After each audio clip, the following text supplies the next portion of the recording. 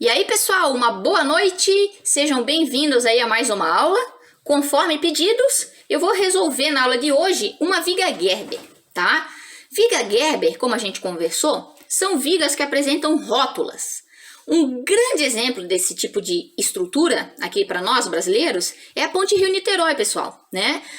As extremidades delas são feitas em concreto armado e a parte do meio, que tem aquele vão, né, maior, né? Ela tem uma parte que ela fica mais altinha, foi feito em estrutura metálica, tá? Veio da Inglaterra, porque qual que era o desafio na engenharia para aquele tipo de estrutura? Ele precisava ter no vão uma altura mínima para passagem de embarcações e uma altura máxima que obedecesse o tráfego aéreo na região, tá?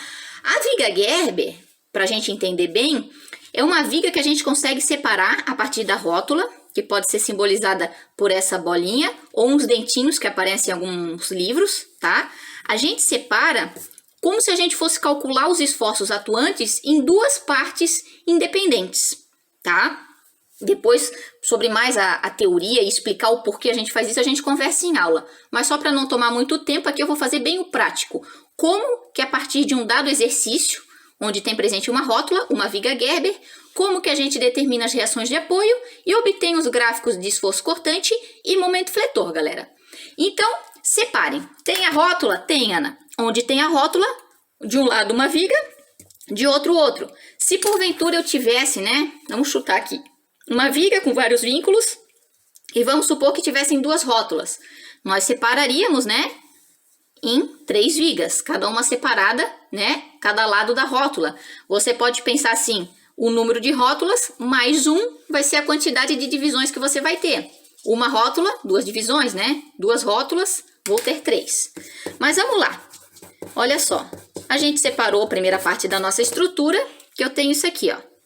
Vamos chamar de, sei lá, A, B, C e D. Beleza, Ana. Aqui nós temos o A, um vínculo, né, de primeiro gênero, que a gente tem somente o travamento no eixo vertical. Posso dizer que eu vou calcular uma reação em AY, beleza. Temos a nossa rótula, ok. E aí temos a carga distribuída. Vou colocar bem fraquinho, porque vocês lembram que eu comentei nas aulas que sempre que você tem uma carga distribuída atuando, né, em todo esse vão, nessa parte aqui que são 3 metros, a fins de cálculo, nós transformamos em uma carga concentrada equivalente. Se nós temos aqui 2 kN por metro e a nossa extensão é de 3 metros, se eu tenho 2 kN em 1 metro, em 3 metros eu vou ter 2 vezes 3, eu posso dizer que eu tenho uma carga concentrada equivalente no valor de 6 kN. Como, pessoal, essa carga está em todo esse meu vão de 3 metros, né? Isso a gente já conversou mais de uma vez nas aulas, ela vai ficar exatamente na metade, né? A 1/2 do apoio A e a 1/2 aqui da nossa rótula que nós havíamos chamado de B. Beleza? O que a gente tem que fazer? Na rótula, galera, a gente vai ter uma reação que a gente precisa encontrar também. Eu vou colocar aqui para vocês, RBY, tá?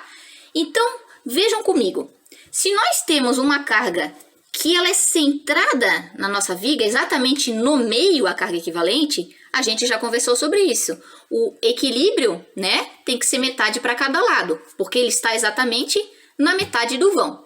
Se, por exemplo, essa carga tivesse deslocado um pouquinho mais para a esquerda, né, distante, diferente de A e de B, a gente faria o momento, aplicaria um momento em um dos apoios, né, para assumir com uma incógnita, e depois faria o somatório em Y. Mas aqui nem precisa, olha que mão na roda, por estar centrada, a gente tem dos 6, 3 de cada lado.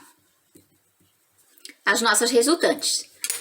Depois disso, a gente vai calcular o outro trecho. O outro trecho, né, se eu cortei aqui, AB, agora o outro trecho, BD. Eu tenho o B, que é a rótula, o apoio Czinho e o outro apoio que é D. Aqui está escrito que é 1 metro, dado o exercício, aqui 3 metros. Uma das coisas mais importantes, na rótula, galera, eu vou ter a reação de ambas as vigas, né? Do lado esquerdo, que é a viga B, e do lado direito, essa parte BD. Se nessa parte eu tenho uma resultante em B de baixo para cima, Para toda ação, nós temos uma reação. Isso é Newton. Então, para outra, você vai colocar o sentido contrário. O mesmo valor, só que com sentido contrário. Preste bem atenção. Em B, eu tinha uma resultante para cima no valor de 3 kN. Para essa ação, eu tenho a reação de 3 no sentido contrário. Isso é uma das coisas mais importantes. Aí a gente vai precisar determinar o RYC e o RYD, né? Se a gente fizer somatório de FY igual a 0, eu vou ter menos 3, porque está para baixo a componente, mais RYC, né? Que foi a convenção que eu coloquei inicialmente, mais RYD igual a 0. Posso passar o 3 para o outro lado, né, de forma a isolar as incógnitas, e eu fico que RYC mais RYD igual a 3. Matematicamente, nós temos aqui uma equação e duas incógnitas, pessoal. Não dá para resolver. Nesses casos, a gente parte daquele princípio que eu já falei para vocês, do momento. Para que serve o momento? A gente vai fixar um dos pontos para assumir com a incógnita. Então, olha só. Se você fizer o momento em B, travar B, você concorda comigo que vai ficar com duas incógnitas ainda? O propósito do momento é sumir com uma dessas duas incógnitas. Então, o que você vai fazer? Ou vai fazer o momento em C, que aí você fica com 3 e com YD, certo? Ou você faz um momento em D, que vai ficar com 3 e o RYC, tá? A minha sugestão, que eu acho mais fácil, é sempre chamar o momento numa das extremidades. Essa extremidade eu já sei, então eu vou usar o D. Por convenção, sentido anti-horário positivo. Então, eu vou travar D. Se eu travar D, olha só, travei D aqui. Se eu tenho essa força de 3, você concorda que vai tender o giro nesse sentido da minha estrutura? Estou travando, referenciando em D e tenho essa força. Tende a fazer isso aqui. Isso está no sentido anti-horário. No sentido anti-horário positivo. Ó, sentido anti-horário. 3... Momento, força vezes deslocamento. 3 é a minha força. Qual que é a distância da força ao referência D? 1 mais 3. Vai ser 4. Depois, nós teremos o RYC. Travei em D, o movimento que tende a fazer, o giro que tende a fazer da minha estrutura é no sentido horário. Portanto, negativo, RYC menos, vezes a distância do RYC ao RYD vai dar 3 metros. Então, aqui é 12, menos 3 RYC igual a 0. Menos, vamos lá, menos 3 RYC igual a menos 12, né? Multiplico a equação inteira por menos 1, certo? Porque eu tenho negativo dos dois lados. O 3 que estava multiplicando passa dividindo. Eu vou ter a resultante em C igual a 3 kN. Se eu achei a resultante... Opa, 4, né? Deus me livre. 12 dividido por 3, 4. Pelo amor de Deus, gente. Pelo amor de Deus. Né? 4. Se eu tenho o valor de RYC, consigo substituir aqui, né? Aí eu vou ter uma equação com uma incógnita. E eu vou saber que o valor de RYD é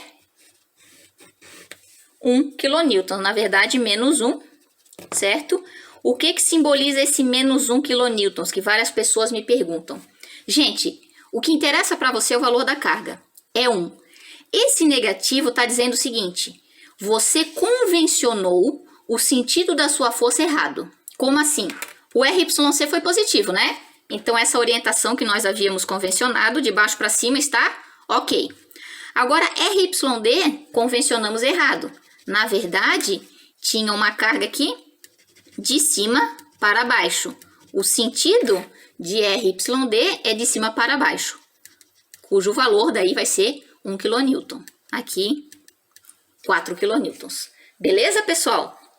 Feito isso, nós vamos, né, esboçar os gráficos. Olha só, já deixei pronto numa outra folha. Só vou substituir os valores aqui para vocês, né? A carga concentrada equivalente de 6 kN, né? 1,5 e 1,5. Em RA, nós havíamos encontrado 3 kN. Em C, nós acabamos de encontrar 4 kN. E em D, o sentido era de cima para baixo, 1 kN, tá? Qual que é a minha dica para a gente fazer esse tipo de exercício? Sempre trace, pessoal, uma reta vertical, onde tem vinculação, né? Eu tenho vinculação aqui, aqui e aqui.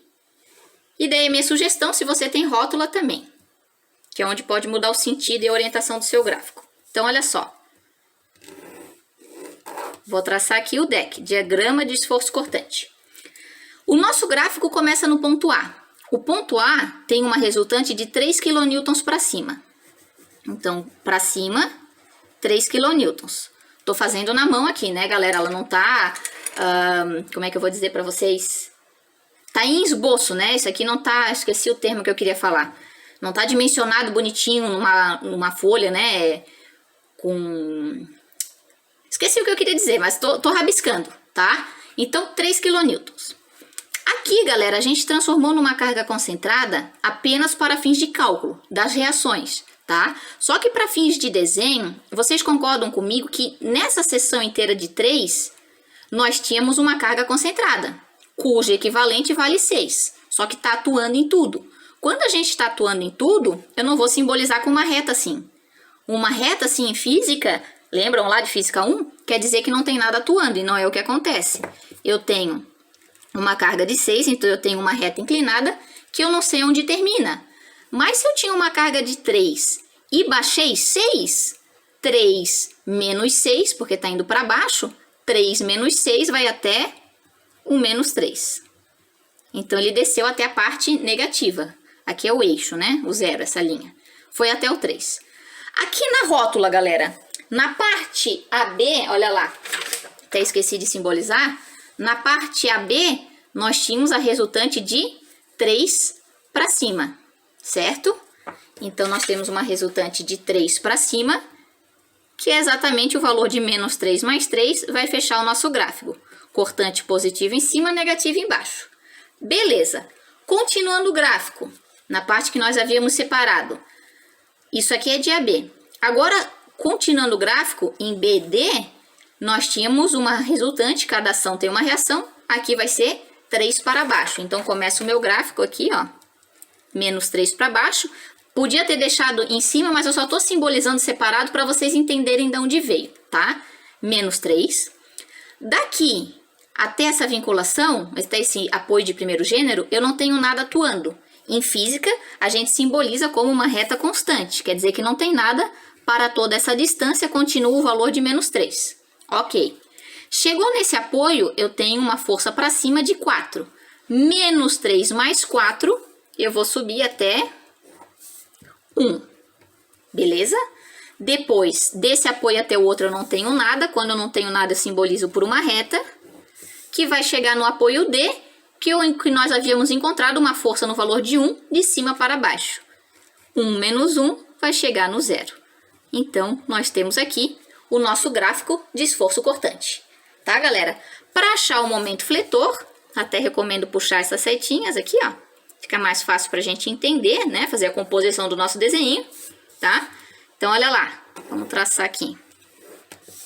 Diagrama de momento fletor, tá? Só não esqueçam que no diagrama de momento fletor, o positivo é embaixo e o negativo é em cima, tá?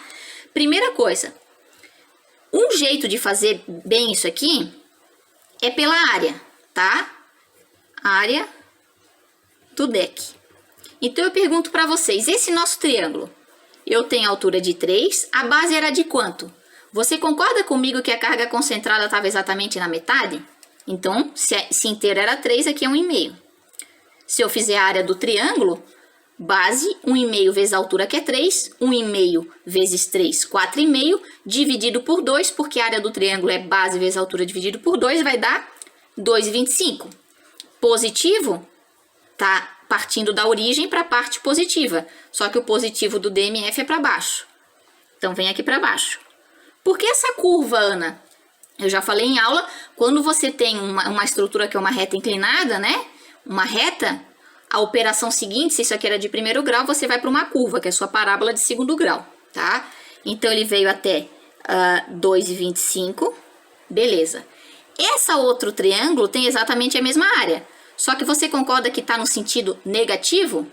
Eu não vou traçar aqui em cima, porque é como ligar os pontos, eu digo, pensa num desenho de criança que você vai ligar os pontos. Eu tenho que continuar de onde eu parei, só que aqui ele está na parte negativa. Então, eu tenho que tender para o negativo. O meu DMF negativo é em cima, então ele vai tender para a região de cima, né? Que aqui nós temos a rótula. Beleza, pessoal? Aqui, ó, positivo, DMF máximo 2,25 kN por metro. Aqui, a área desse triângulo, você tinha 1 metro e essa altura aqui é de -3. Vamos utilizar somente o valor em módulo. 3 vezes 1, galera, 3. Só que se ele era uma constante, ele vai virar uma reta agora. Que ele vai até a altura de 3. Por que nesse sentido, Ana? Mais uma vez, o sentido negativo de DMF é acima do eixo, tá? Então, foi para cima.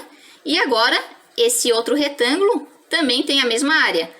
3, que é a base dele, vezes a altura, é 1. Só que caminhando para o sentido positivo. Então, ele vai fechar. Vai até o 3, na verdade, é uma reta, né? Olha só, vai fechar exatamente no 0. E aí, você pode simbolizar pelo negativo para ficar super nerd. Então, dada aquela estrutura, deixa eu até deixar mais para cima, ó, tá? Você tem aí os gráficos de esforço cortante e o gráfico, né, de momento fletor. Beleza, galera? Espero que tenha auxiliado um pouco aí na compreensão de vocês. Na sequência, eu vou colocar mais alguns videozinhos. Um grande abraço e um excelente estudo para vocês.